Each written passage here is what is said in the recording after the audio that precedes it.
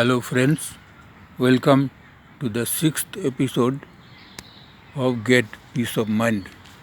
I am Dr. Shamar Moulik. Today, I shall talk about one of the most distressing emotions is anxiety.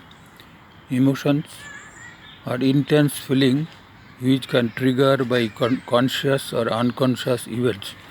They are intimately connected to our thoughts and behaviors and play a major role in our life.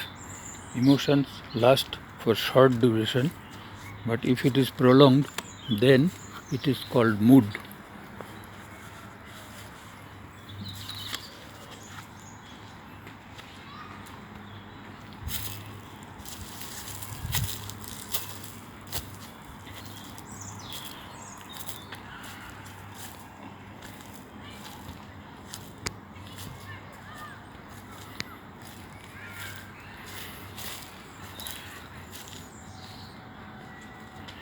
Emotions could be healthy, that is positive,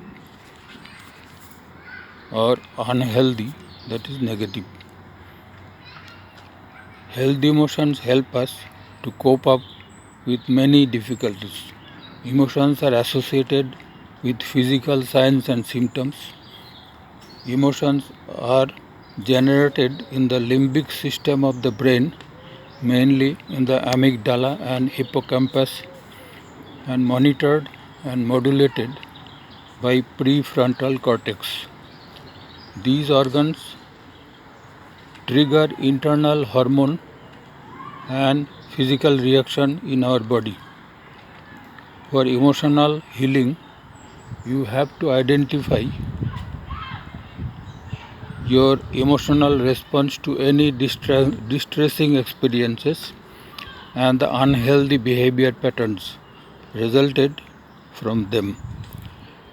Tap your inner reserves to reshape the thoughts, emotions, and behaviors when you are having emotional distress. You may feel it will never end, but tell yourself, this too shall pass. Use this as your mantra. That is one cognitive behavior therapy used for counseling. In that, it is believed that it is not the activating event that causes emotional consequences, but actually our belief or demand about the event causes the consequences. When event is over, we can't change it, but we can change our belief and thought to change the consequences to a healthy positive emotion.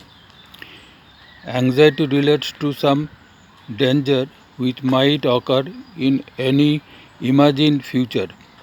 It is more about worrying what might happen in the future rather than concerns about the immediate present.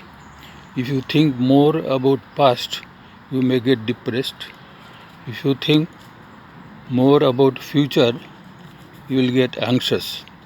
Past has gone, future is not known. So live in the present, here and now. Acute anxiety is the sudden bouts of acute fear or panic. Fear or phobia appears out of nowhere. Panic involves experiencing same physical symptoms but assigning a place or situation as the reason for their arrival. Social anxiety, when you are fearful to socially interact or perform. General anxiety is persons constantly emotionally anxious and catastrophizing about what might happen in future.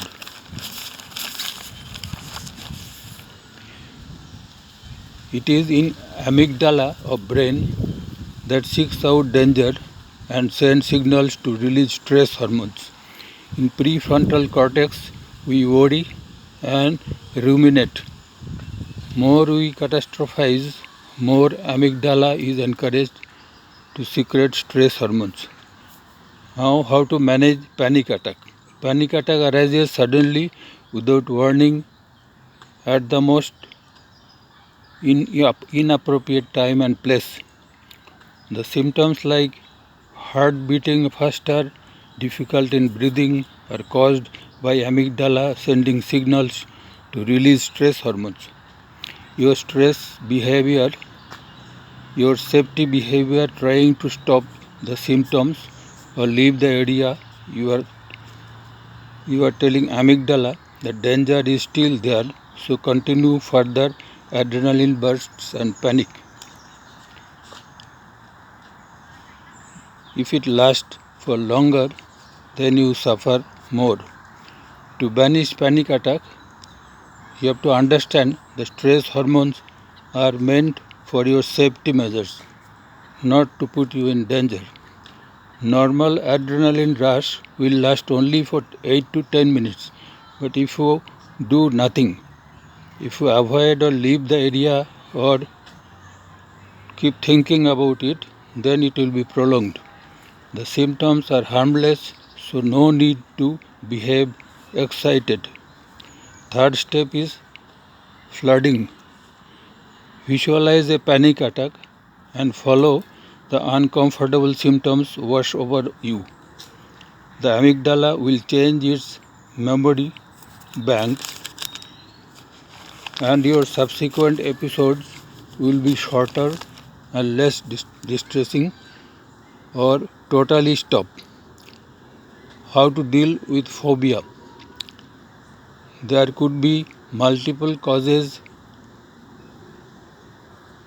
as entering a lift, going into a crowd, going on a plane, but commonest danger is loss of control.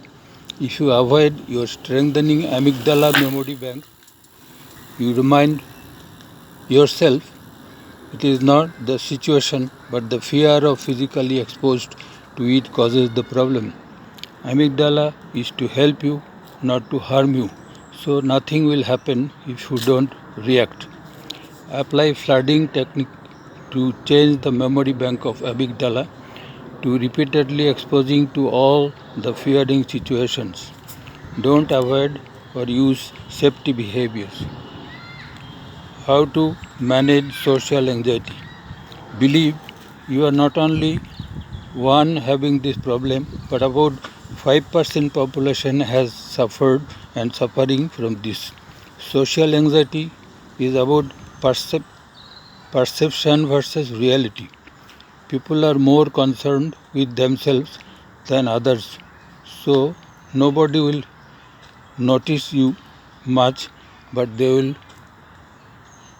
think about themselves. Unconditionally accept you are without rating you as bad or weak, and now nor other allows you to rate you. Go around and try to find out how many people are showing the signs of social anxiety. Maybe none. Then how can they detect yours? Walk around putting a single item in a trolley into a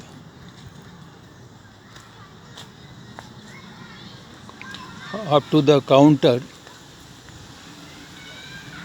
into a big shop.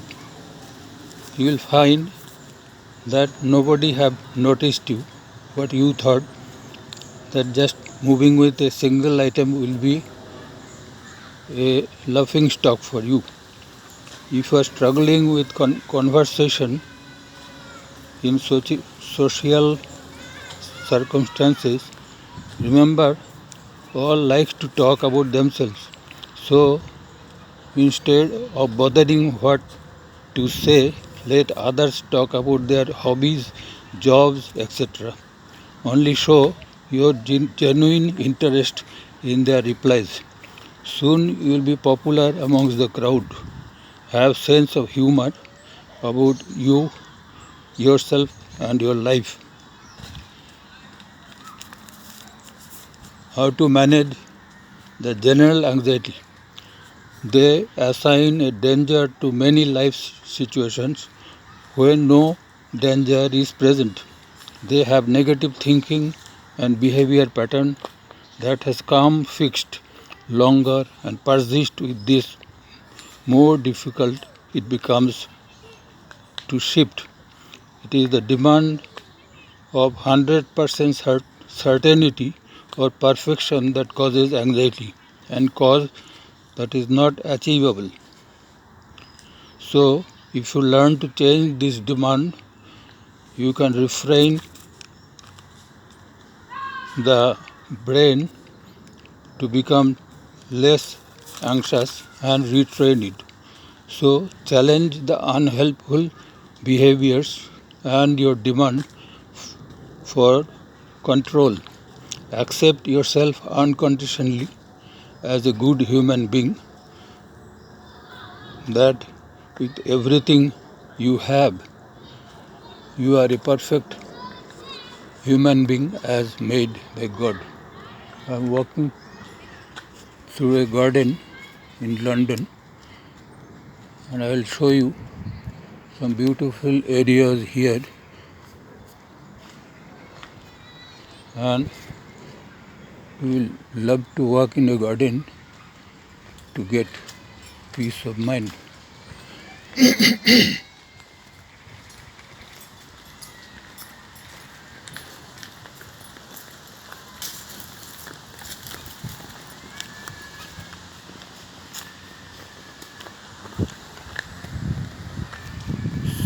See the greeneries,